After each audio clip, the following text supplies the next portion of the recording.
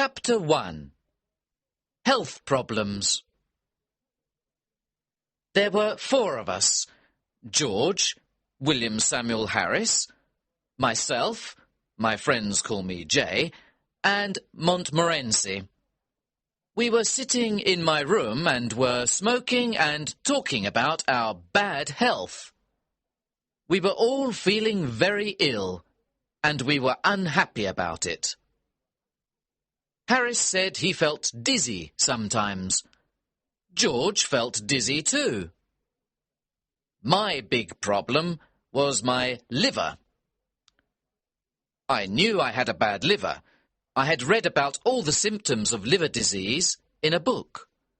I had every symptom that was written. Every time I read about an illness, I realize that I have it. One day, I had a little health problem. I went to the British Museum Library to read about it. After some time, I began reading about another illness. I don't remember the name now, but it was something terrible. I knew I had that terrible illness too. I began reading the book from the letter A to the letter Z. I had the symptoms of all the diseases in the book, except for one. I didn't have housemaid's knee. This made me a bit unhappy. Why didn't I have housemaid's knee too? With all the diseases I had, I knew my life was short. I tried to examine myself. I tried to feel my heart. I tried to look at my tongue. When I had walked into the library, I had been a happy, healthy man. When I left it, I was a very ill man. I went to see my doctor. He is an old friend. Whenever I think I am ill, he examines me and says I'm fine. A doctor really must have practice. This time, I thought, he will get more practice with me than with 1,000 normal patients. After all, normal patients have only 1 or 2 diseases each. "Well, what's wrong with you?" he asked. I said, "If I tell you what is wrong with me, you will die before I finish. Life is too short. I'll tell you what is not wrong with me. I don't have housemaid's knee, but I have everything else." I told him about what I had read at the library. He looked at me carefully. He listened to my heart and looked at my tongue. After that, he wrote a prescription and gave it to me. I put it in my pocket and went out. I didn't read the prescription. I took it to the chemist's and gave it to him. He read it and gave it back to me. He said, "I don't have the things on the prescription." "But you're a chemist, aren't you?" I asked. He said, "You're right, sir. I'm a chemist. I don't have a shop and a hotel." I read the prescription. It said, "Every 6 hours, 1 pound of good fresh meat, 1 pint of beer. Every morning, 1 10-mile walk. Go to bed no later than 11 o'clock each night, and don't read books about things you don't understand." I followed the doctor's prescription. It saved my life. I now feel rather well, except for my liver problem. The main symptom of liver disease is a general feeling of sleepiness and no interest in working. I have suffered from this illness ever since I was a boy. Medical science was not advanced in those days. Doctors did not know that I had liver illness. They thought I was lazy. People called me a lazy little devil and said, "Go and do your work." They did not know I was ill with liver disease. Instead of giving me liver pills, they gave me blows on the head. Those blows were good for me, because after each blow, I went to do my work.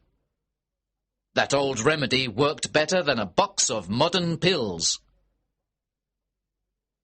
That evening, George, William Harris and I sat in my room. We described our illnesses. I explained to George and William Harris how I felt in the morning. William Harris told us how he felt when he went to bed. Then George stood up and told us how he felt at night. George always thinks he is ill, but there is really nothing wrong with him. At that moment, Mrs. Poppets, the housekeeper, served our dinner. We were not hungry. We ate some meat, onions, and cake. We had no interest in food. We began talking about our illnesses again. We all knew that our illnesses were caused by too much work. We need a rest, said Harris. A rest and a change, George added. Our minds are tired from too much work. We must rest our minds. Let's go to the countryside, I said. We'll find a nice, quiet place with no people. Harris said, Oh, how boring. In the country, everyone goes to bed at 8 o'clock. You can't even find a newspaper. If you want a rest and a change, then the best place is the sea. What a terrible idea, I said. A sea trip gives you seasickness. Who wants a whole week of seasickness? You leave on Monday and you're feeling well. On Tuesday, you feel worse. Then on Wednesday, you're really sick. On Thursday and Friday, you're almost dead. On Saturday, you can finally drink a few teaspoons of tea. On Sunday, you can walk again and eat some food.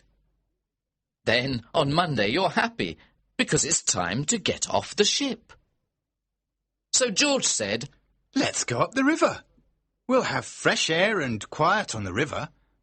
The hard work on the boat will make us hungry, so we'll enjoy our food. We'll be so tired at the end of the day that we'll sleep well. Harris said, You don't have any trouble sleeping, George. There are only 24 hours in the day, and you sleep most of that time. If you sleep any more, you're dead. However, I like your idea of a holiday on the River Thames. I liked it too. George was surprised that we both liked his idea. The only one who didn't like the idea was Montmorency, my fox terrier. He looked at us with his big eyes. You like the idea, but I don't, his face said. On the river, there's nothing for me to do. I don't like looking at the trees. I certainly don't smoke. If I see a rat, you won't stop the boat so I can run after it. When I'm asleep, you'll probably rock the boat, and I'll fall into the river. The whole idea is stupid. We were 3-1, so we decided to go on the river trip. Chapter 2. Planning the trip. We looked at the maps and we discussed plans. We decided to start from Kingston the following Saturday. Harris, you and I will go to get the boat at Kingston, I said. Then we'll take it up the river to Chertsey, where we'll meet George. George works in the city until the afternoon. George goes to sleep at a bank from 10 o'clock to 4 o'clock, Monday to Friday, except on Saturdays. On Saturdays, they wake him up at 2 o'clock and put him outside the door. The next problem was where to sleep at night. George and I didn't want to sleep in inns. We wanted to camp out in the middle of nature. How beautiful, we said, sleeping in the country, under the stars, by the river. I can imagine it all, I said. There is a golden sunset. The river is moving along quietly. The forest is full of trees and birds. The grass around us is green, and little flowers grow here and there. Soon it is dark. We row our boat into a quiet corner on the river. We put up our tent and cook a simple, healthy meal. We all sit around a warm fire and eat our meal. We look up and see the moon and the stars. Then we sit in silence. How wonderful this is! We go to bed and then we dream under the stars. We dream that the world is young again. As we all sat there dreaming, Harris said, "What happens if it rains?" There is nothing poetic about Harris. He is not romantic at all. If Harris ever has tears in his eyes, he is eating raw onions. If you stand by the sea with Harris and say, "Listen to the sounds of the sea. Can you hear spirits singing sad songs? The songs of those who died in these waters?" He will take you by the arm and say, "I understand, my friend. You're not feeling well. Now, come with me. I know a place around the corner here where you can get some good whiskey. You'll feel better soon." Harris always knows where you can find a good whiskey. Harris was right about camping out when it rains. It's not nice at all. Just imagine. It is evening. You are all wet. There is water in the boat, and all your things are wet. You find a place on the riverbank. You get out of the boat and pull out the tent. Now, 2 of you try to put it up. The tent is wet and very heavy. It is raining hard. The wind is blowing. The wet tent flies about. It falls on your head and makes you angry. It is difficult to put up a tent in good weather. It is impossible to do so in wet weather. The other man is of no help at all. He is a complete fool. The wind continues to blow and the rain continues to fall. You look at the other man and say, "What are you doing with your side of the tent?" "What are you doing?" he answers. "Don't pull on your side," you shout. "I didn't pull. You pulled," he shouts. "You're doing everything wrong," you shout. "What?" he shouts. "I can't hear you." "You don't know how to put up a tent. We'll never put up this tent," you say. At this point, the third man has pulled the boat out of the water. He is completely wet.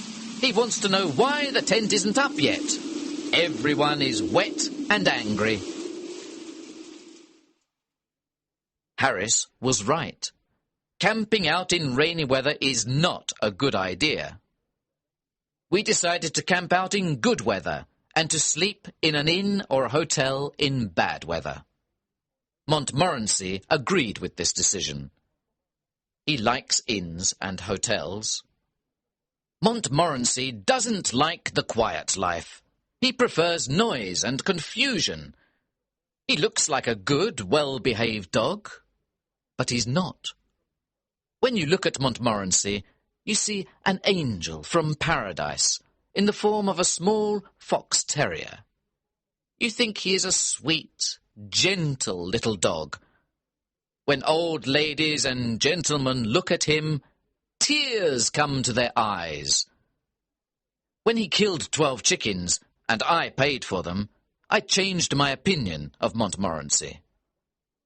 In 1 year, he had 114 street fights with other dogs. An angry woman brought me her dead cat and called me a murderer. Montmorency loves to join the worst dogs. He then takes them around town to fight other dogs. This is his idea of a happy life. Chapter 3. Packing. The following evening, we met again to discuss our plans. Harris said, Now, we must decide what to take with us. You get a piece of paper, Jay, and you get a pencil, George. I'll write the list. Harris is always like this. He tells everyone what to do, and he does nothing. My old Uncle Podger was just like Harris.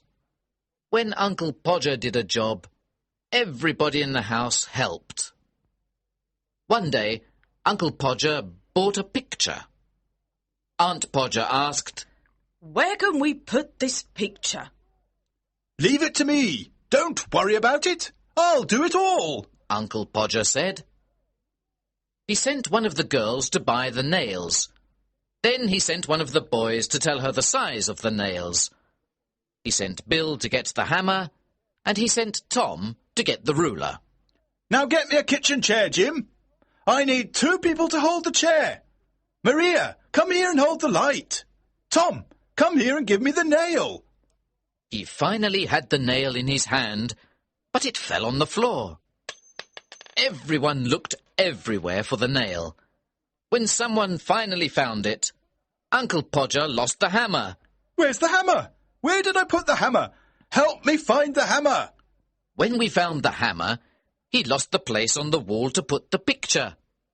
So each one of us climbed up on the chair to look for the place. Each one thought it was a different place.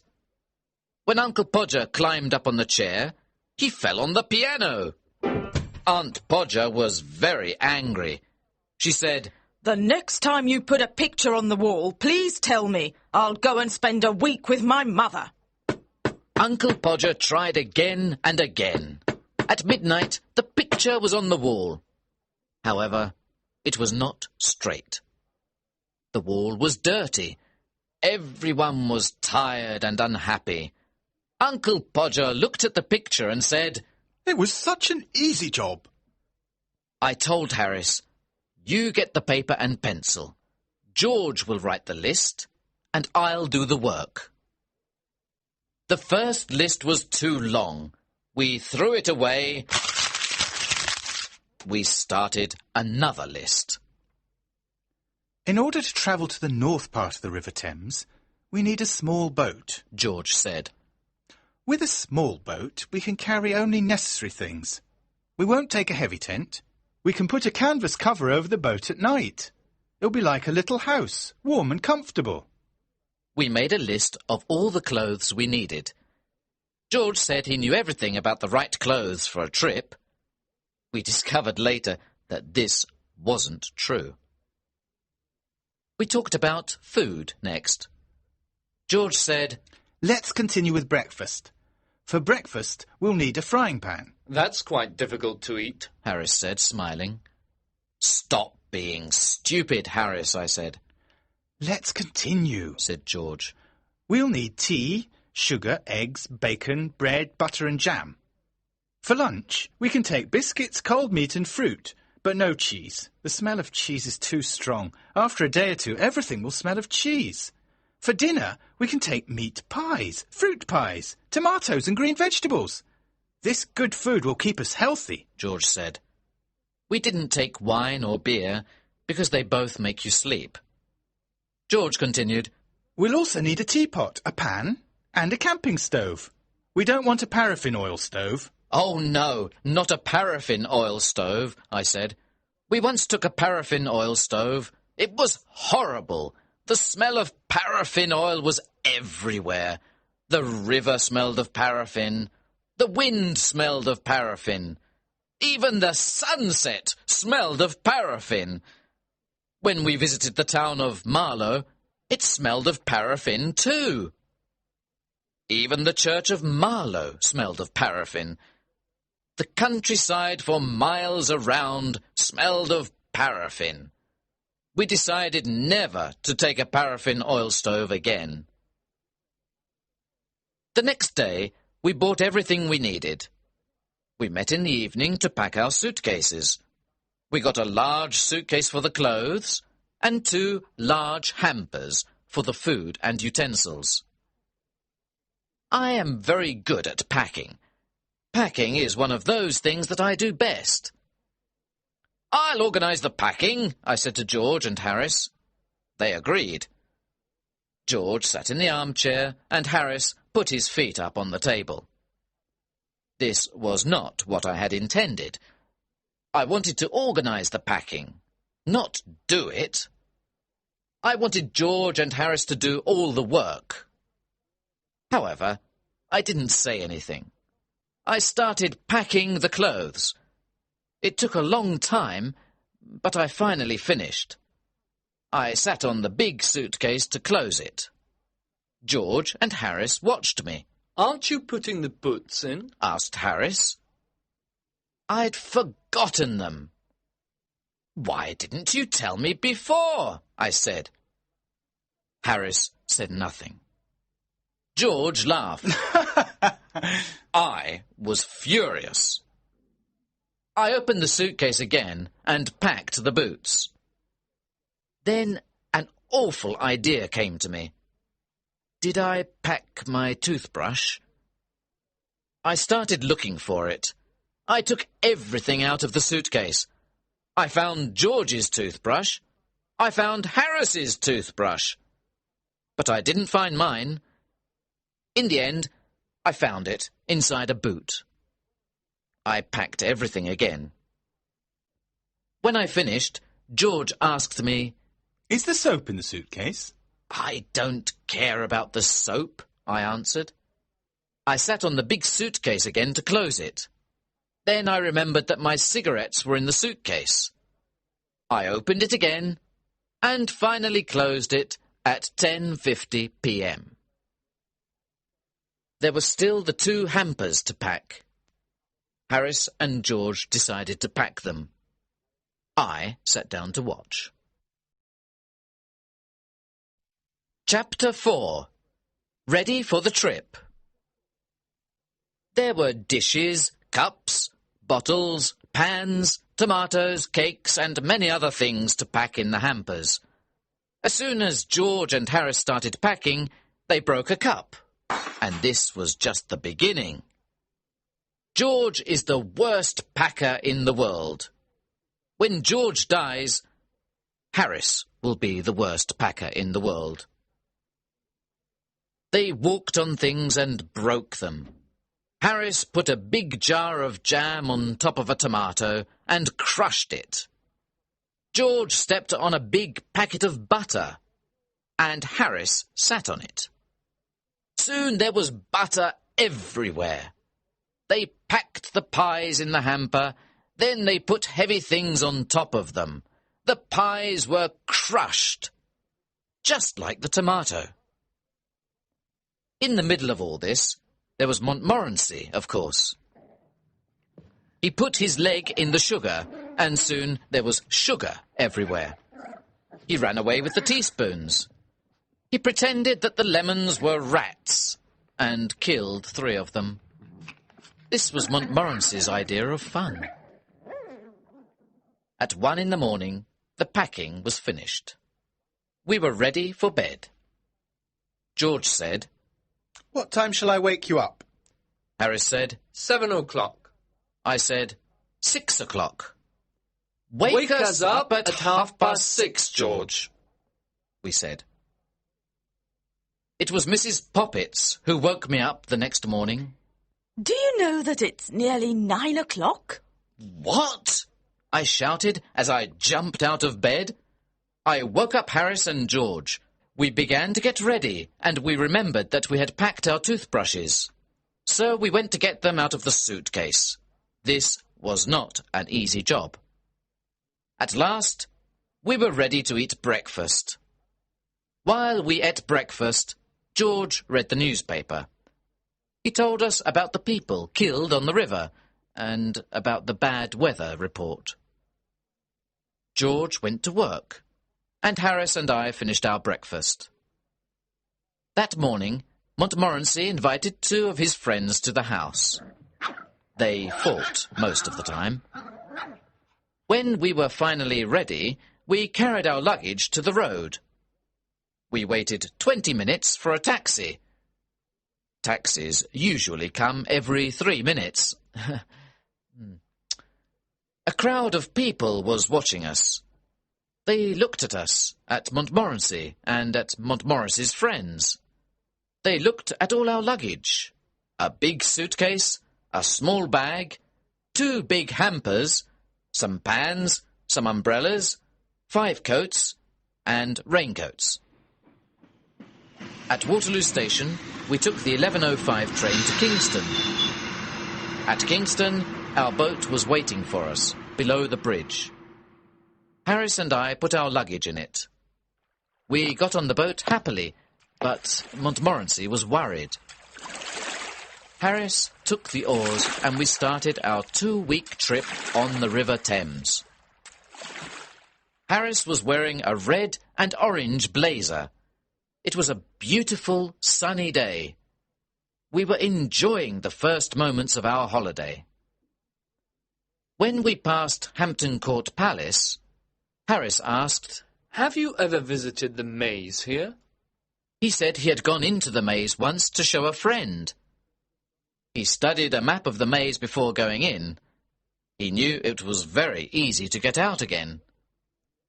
Harris said to his friend, "We'll go in and walk around for 10 minutes. Then we'll come out and have lunch. It's very easy.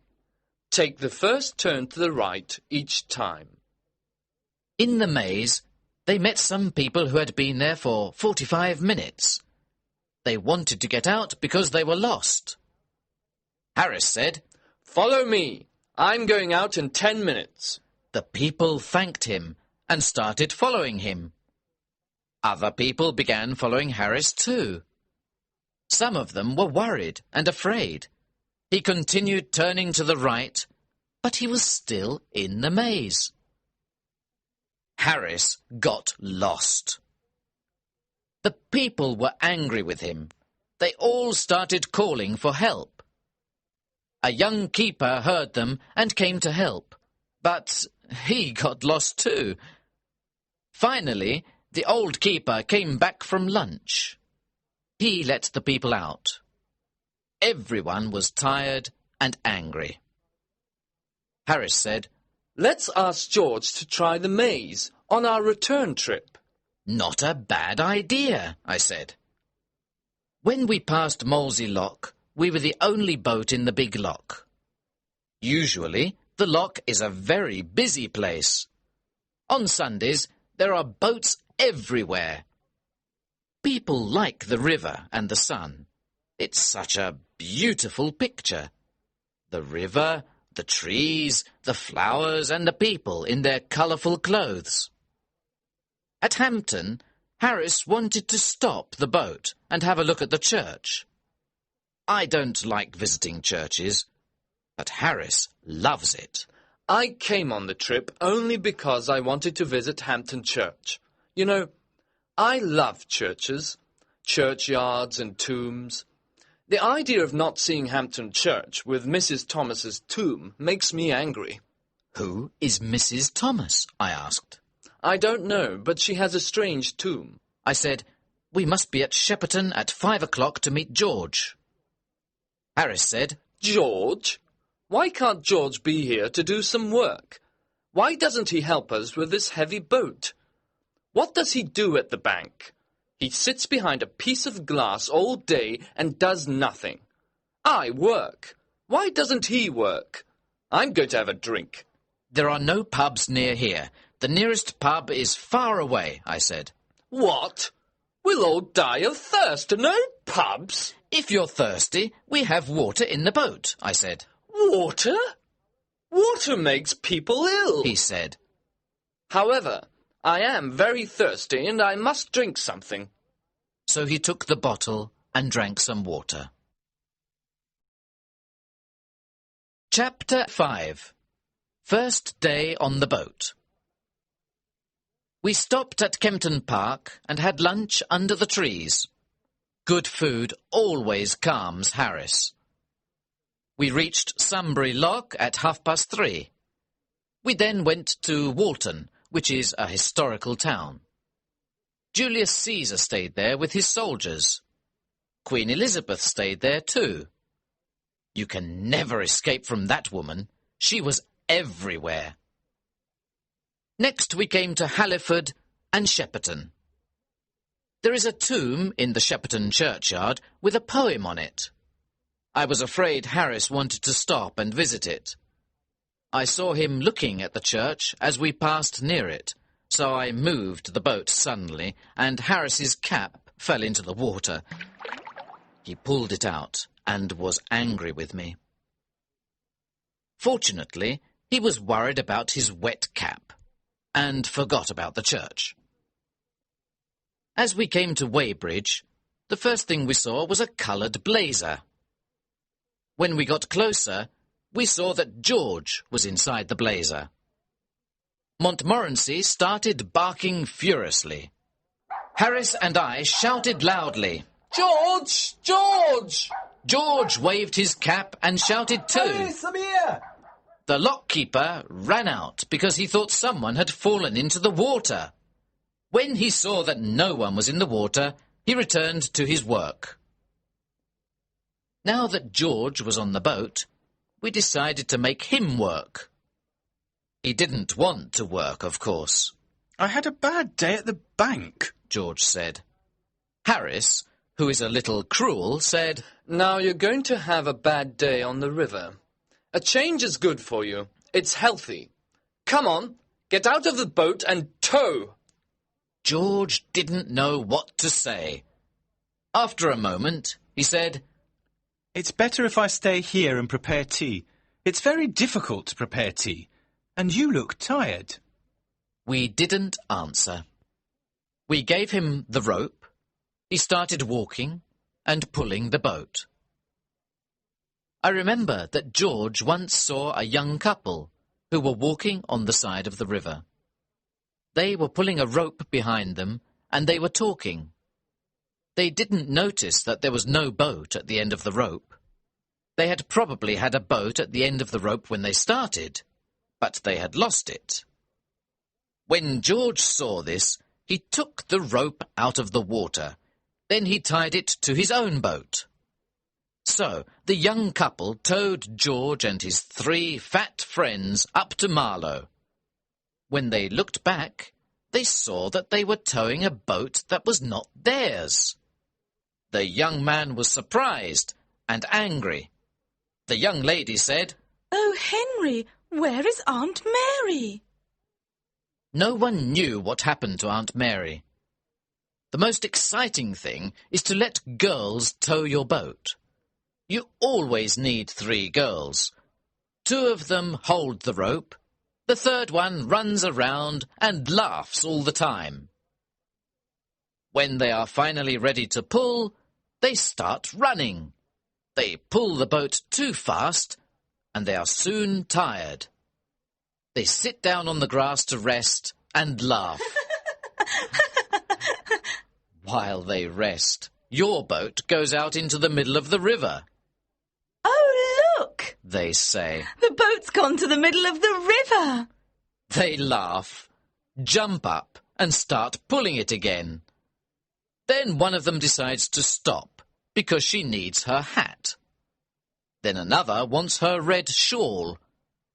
Now one of them needs a comb for her hair. The other wants her handkerchief. This goes on for most of the afternoon. It is never boring when 3 girls tow a boat. George towed us to Penton Hook. We stopped there and decided to spend the night on the boat. We found a pretty place. We tied our boat to a big tree. We were all hungry and we wanted to eat. However, George said, No, let's put the canvas cover on the boat first. It'll only take a few minutes. It looked simple, but it wasn't. There were 5 metal rods. You put them into special holes on the side of the boat. I didn't think this was dangerous work, but it was. I'm surprised that we are still alive to tell the story. First of all, The metal rods did not go into their holes.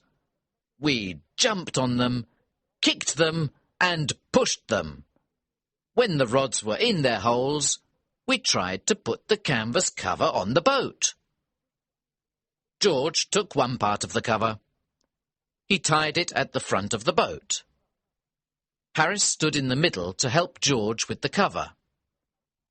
George did his job well, but Harris was completely confused.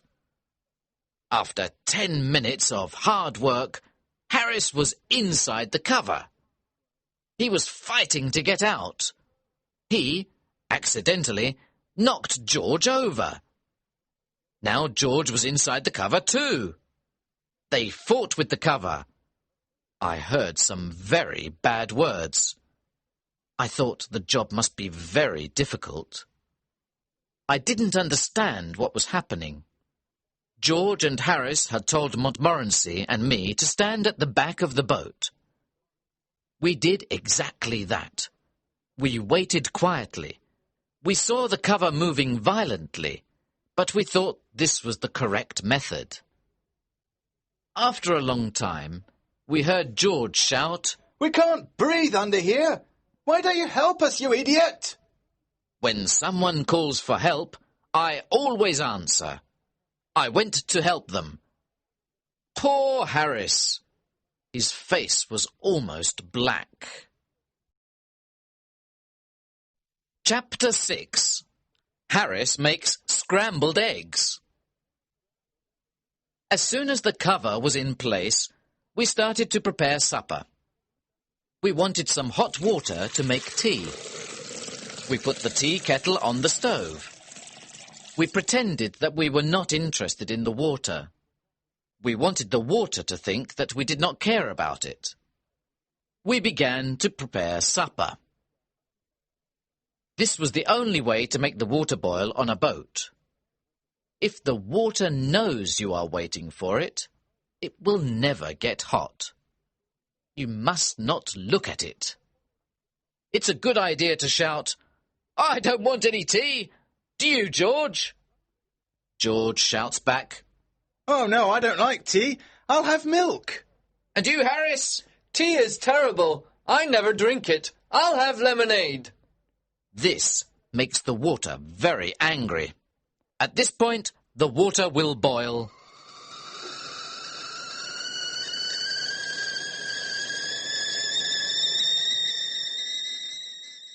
We really wanted that supper. We needed that supper. For 35 minutes, nobody spoke. We just ate and ate. Finally, we all had full stomachs and we were happy.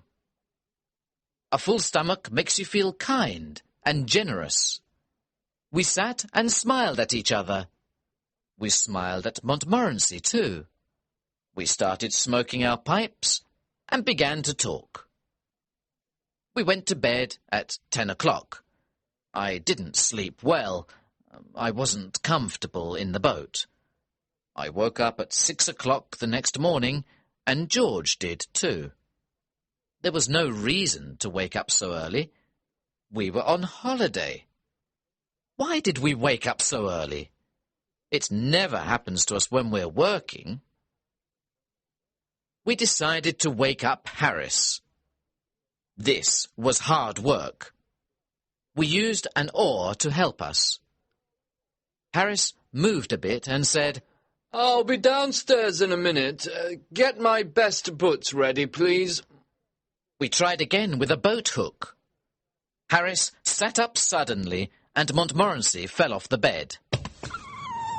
We pulled up the canvas cover and all four of us looked out at the river. We were very cold. We had planned to go swimming, but the water looked so cold and wet. Well, who's going swimming first? Asked Harris. No one wanted to be first. George decided to get dressed. Montmorency barked with horror at the idea. Harris went to look for his trousers. I decided to go to the river bank and throw some water on myself. I held on to the branch of a tree as I moved to the water. It was very cold, and I decided not to wet myself. I wanted to go back to the boat. But suddenly, the branch of the tree broke.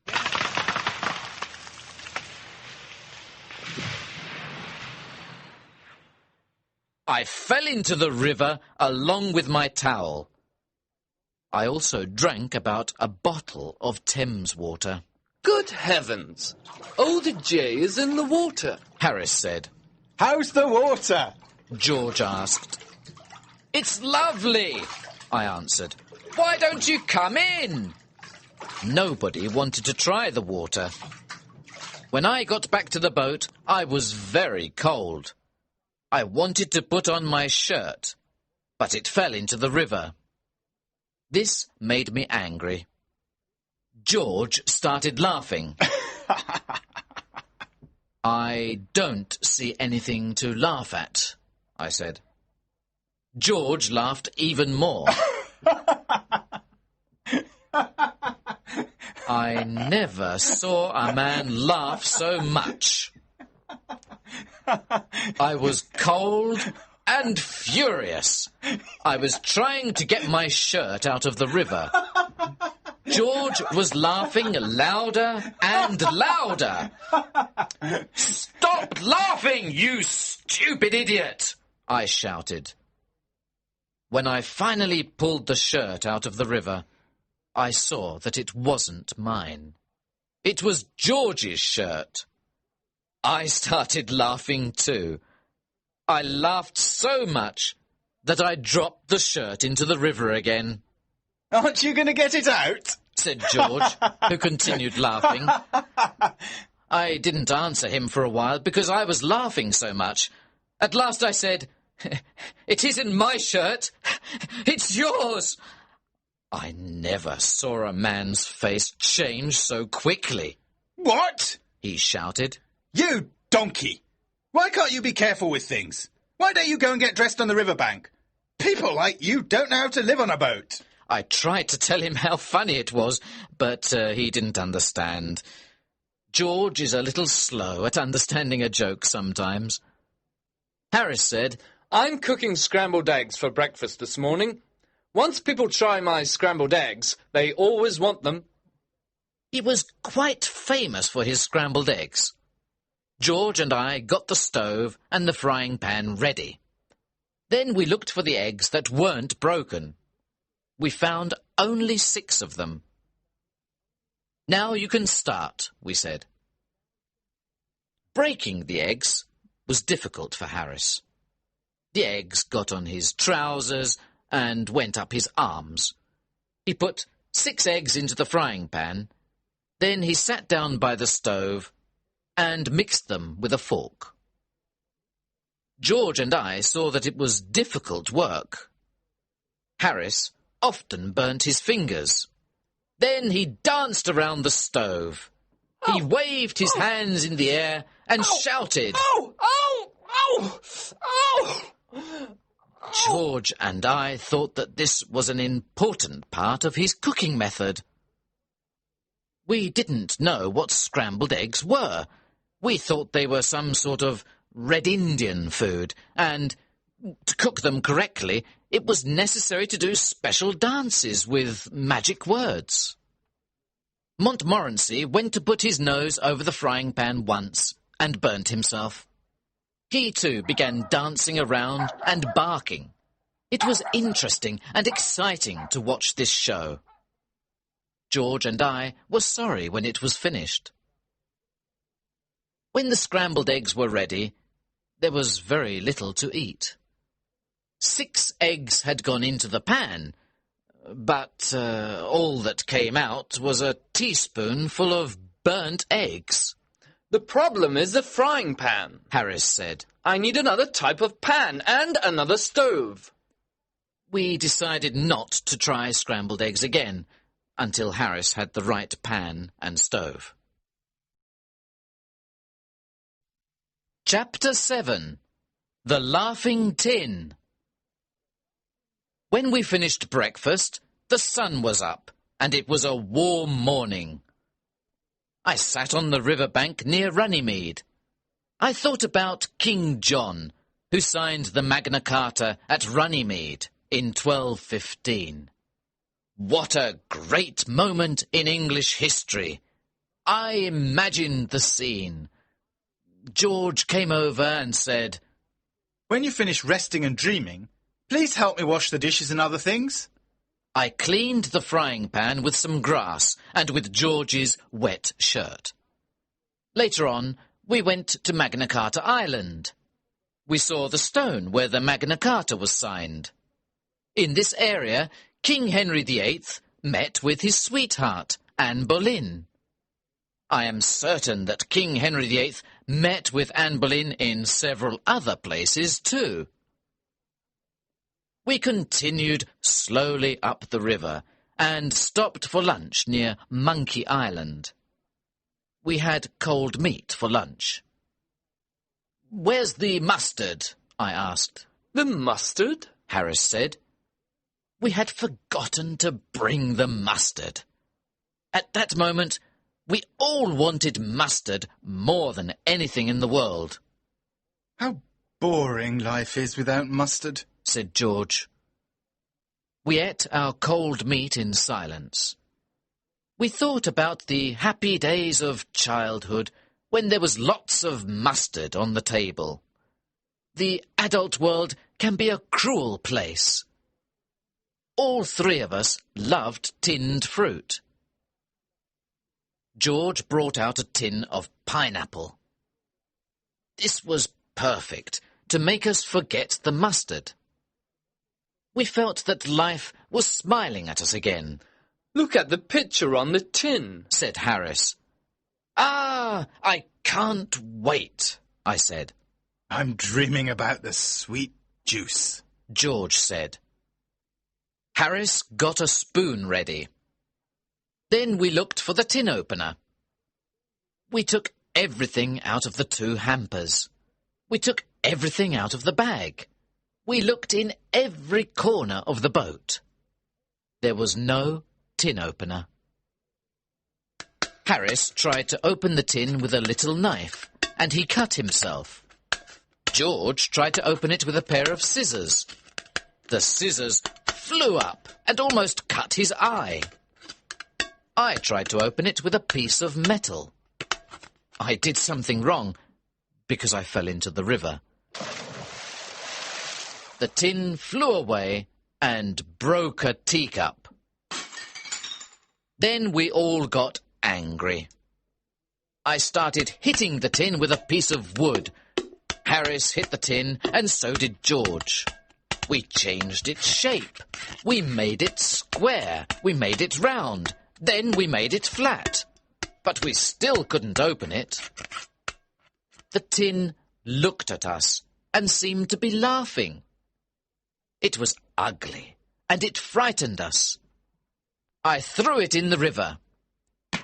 Then we rowed away and didn't stop until we reached Maidenhead. It was evening, and a strong wind started blowing. The wind was behind us, and we put up the sail quickly. The wind blew, and the boat flew up the river. I was steering the boat, and George and Harris were enjoying the trip. Sailing is exciting. It's almost like flying. You feel that you are part of nature. We were alone, and we flew along the river.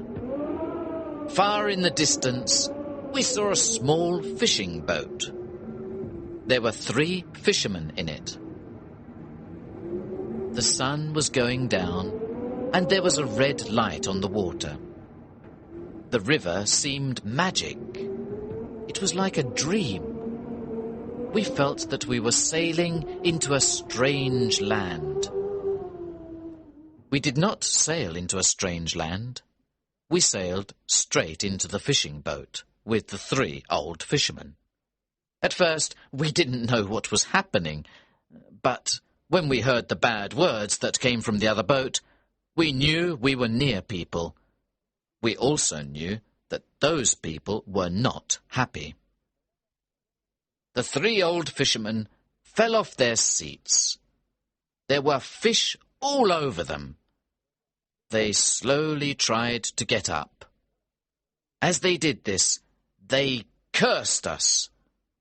They didn't curse us with common curses. They used long, special curses. They also cursed our parents, families, friends, neighbours, pets, and jobs.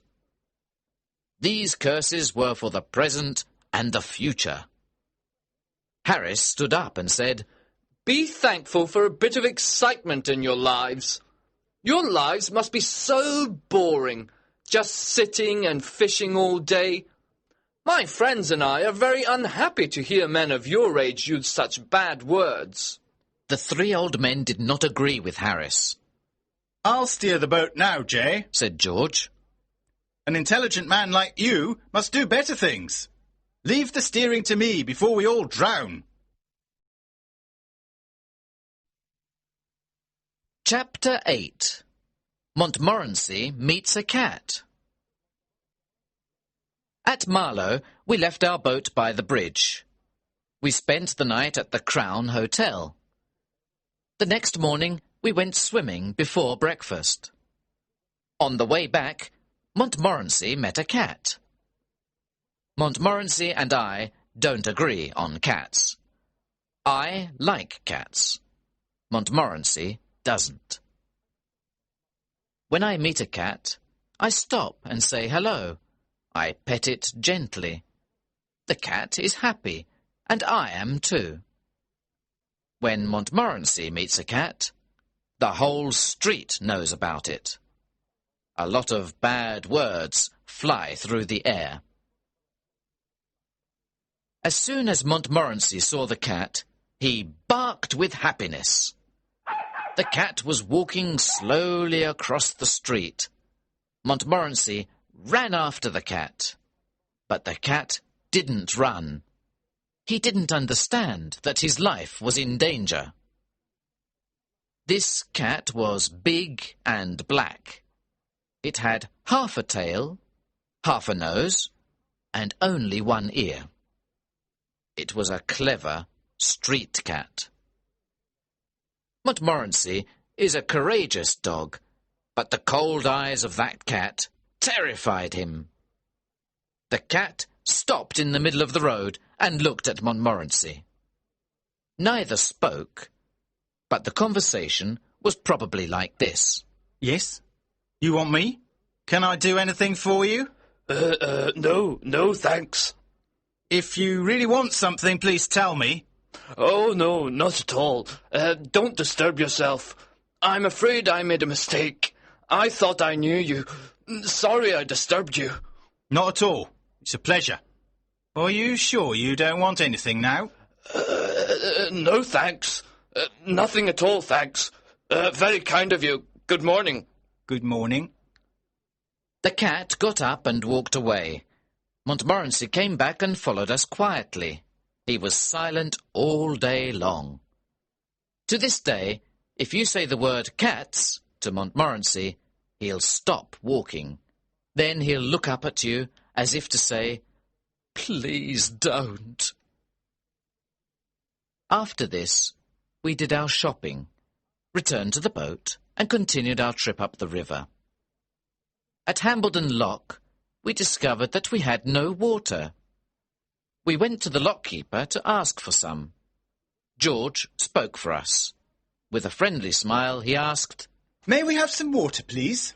Certainly, said the old lockkeeper. Take as much as you want, and leave the rest. Thank you very much, said George, looking around. Where is the water? It's where it always is, said the lockkeeper. It's behind you. George turned around and looked. I don't see it. What? Where are your eyes? The lockkeeper said. He took George's arm and turned him round. Oh, George said. But we can't drink the river. No, but you can drink some of it, said the lockkeeper. I've drunk river water for the past 15 years. Well, sir, I don't think you look very healthy after drinking all that river water. But thank you anyway, George said. We left the lockkeeper's place and we found some water at another house. We towed the boat past Henley and stopped near Wargrave for lunch. We were sitting in a green field near the river. Harris was cutting a meat pie. George and I were waiting with our dishes. I need a spoon, said Harris. The hamper was behind us. George and I both turned around to get a spoon. In 5 seconds we had the spoon. When we turned back, Harris and the meat pie were gone. Disappeared. It was a wide, open field. There were no trees nearby.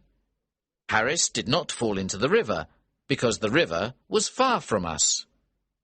George and I looked all around. Then we looked at each other.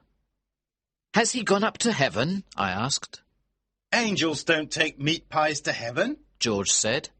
"You're right," I agreed. Then there's been an earthquake, George said. I'm sorry he had the meat pie with him.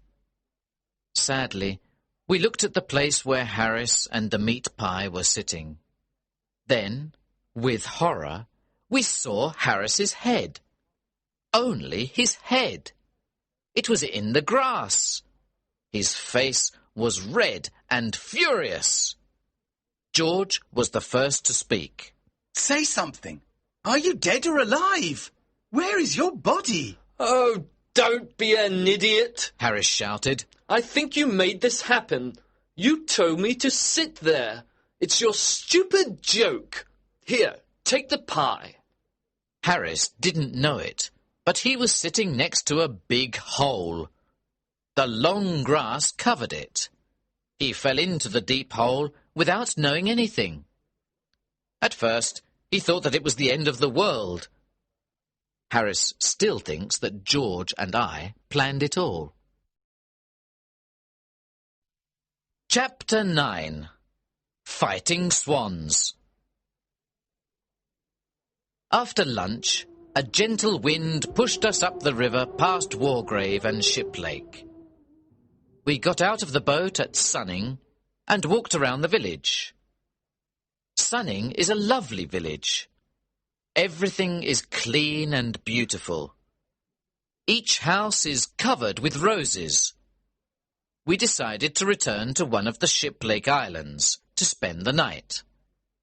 George said, Let's have a special supper tonight. Let's make an Irish stew. We can put everything into one big pan. What a wonderful idea, Harris and I said. I'll get the wood and make a fire, George said. You two can peel the potatoes. This was a very big job. We were happy and excited, but when we peeled our first potato, we understood that this was not exciting. It was hard work. The first potato we peeled looked like a pea. George looked at it and said, No, there's no potato left. Do it like this. We worked hard for half an hour, but we peeled only 4 potatoes. We refused to continue. Well, just put the potatoes in without peeling them. Let's add some carrots and other vegetables. Look in the hampers and take out all the pieces of old food. We'll put them in the stew. You can put anything in a stew. We found half a pork pie, a tin of fish, and a few broken eggs. We added these to the stew. Montmorency watched us carefully and then left. After a while, he returned with a dead rat in his mouth. He wanted to add something to the stew too. We discussed it first. Harris said, It's all right to add the dead rat. It will be mixed with the other things. A stew needs many ingredients. George said, Well, I don't want to try anything new. Maybe next time. I'm sorry, Montmorency. Harris said, If you never try anything new, you'll never discover things. It's men like you, George, who slowed down the progress of our world. George didn't listen to Harris. The stew was a great success. It was delicious, excellent in every way. We all really enjoyed it. After the Irish stew, George and I decided to go to Henley for an evening walk. Harris wanted to stay on the boat and drink a whisky. When we returned to the boat, Harris was sad and confused. What happened to you, Harris? Swans, he said. We had left the boat near a swan's nest. When George and I were in Henley, Mrs. Swan came back to the nest. She started to shout at Harris. Harris frightened her away. She went to get her husband, Mr. Swan. Harris had a terrible fight with these two swans. Harris finally won the fight. However, half an hour later, Mr. and Mrs. Swan returned with 18 other swans. There was a horrible fight. The swans attacked Harris and tried to pull him off the boat. They wanted to drown Harris and Montmorency. Harris fought with courage for 4 hours. In the end, he killed them all. Then they slowly swam away to die. How many swans were there? George asked. 32, said Harris, who was sleepy. But you said 18 before. George said. No, I didn't. I said 12. Do you think I can't count? We never discovered the truth about the swans. We asked Harris about it the next morning. He said, What swans? He thought that George and I were dreaming. That night, Harris had trouble sleeping. He woke me up about 12 times during the night. He was looking for his clothes. George woke up too. Why do you need your trousers? It's the middle of the night, George said. Later, Harris was looking for his shoes. Then he asked for his socks and his umbrella. We woke up late the next morning. We had a small breakfast, and we were ready to go. We agreed that we would row the boat and not tow it. Harris said, George, you and Jay can row. I'll steer. I didn't like this idea, and I said, No, Harris, you and George row so that I can rest. I was doing too much work on this trip. I always think that I work too much. It's not because I don't like work. I love it. I find it very interesting. I can sit and look at it for hours. You can't give me too much work. I like collecting it. My office is full of it. I'm very careful with my work too. Some of the work in my office has been there for years. It is in perfect condition. It isn't dirty or anything. That's because I take good care of it. Harris said, On this boat, I'm the only one who works. George said, You do nothing but eat and sleep, Harris. I'm the only one who works. You and Jay are very lazy people. Harris laughed and said, George, work? Have you ever seen George work? I agreed with Harris. George never worked. How do you know if I work, Harris? You're always sleeping except at meal times. Have you ever seen Harris awake except at meal times? George asked me. I agreed with George. Harris worked very little on the boat. Oh, please. I do more work than old Jay, Harris said. Well, it's difficult to do less work than old Jay, George added. Old Jay thinks he's a passenger and doesn't need to work, Harris said. After this discussion, I said to Harris, You and George row the boat up to Reading. At Reading, I'll tow it. Chapter 10. 3 men out of a boat. We reached Reading at about 11 o'clock. The river here is very dirty, so we moved on to Streatley. We stayed at Streatley for 2 days. We took our clothes to a laundry woman. We had tried to wash them in the river, as George told us. The river was so dirty that our clothes collected all the dirt from the water. The river became cleaner, but our clothes became dirtier. The laundry woman was very surprised to see such dirty clothes. She looked at them and said, "This will cost you 3 times the usual price." We agreed and paid her. The river near Streatley and Goring is excellent for fishing. It is full of different types of fish. Some people sit and fish there all day. However, they never catch any fish. The local fisherman's guidebook doesn't say anything about catching fish. It only says that the place is a good fishing area. And it is. You can see many fish swim past, but you can't catch them. When you go for a walk by the river, you can see hundreds of fish. They come and stand half out of the water. Their mouths are open for bread. If you go swimming, they come to look at you and disturb you. You cannot catch them, however. We passed by Wallingford and Dorchester.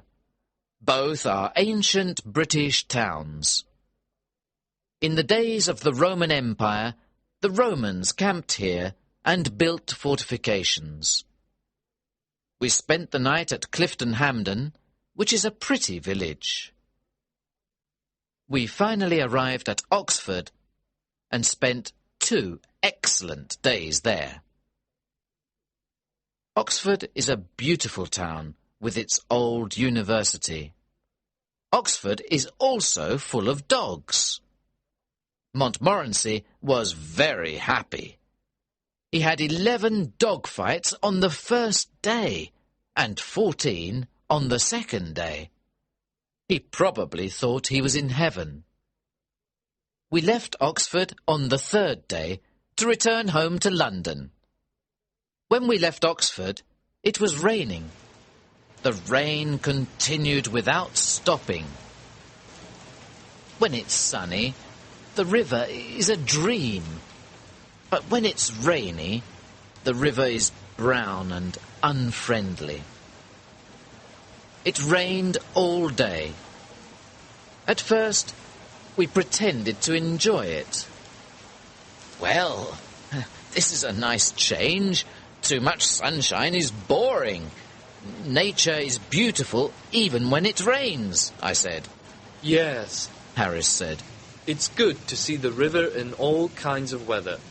The rain is good for you. I can't understand people who are afraid of a little rain. Harris and I sang songs, and we were quite happy. George did not agree. He stayed under the umbrella. We put up the canvas cover before lunch. We left a little opening to see where we were going. We continued our trip for another 9 miles. We stopped for the night at Day's Lock. We did not have a happy evening. The rain never stopped. Supper was not good. We were really tired of cold meat. We dreamt about our favourite foods.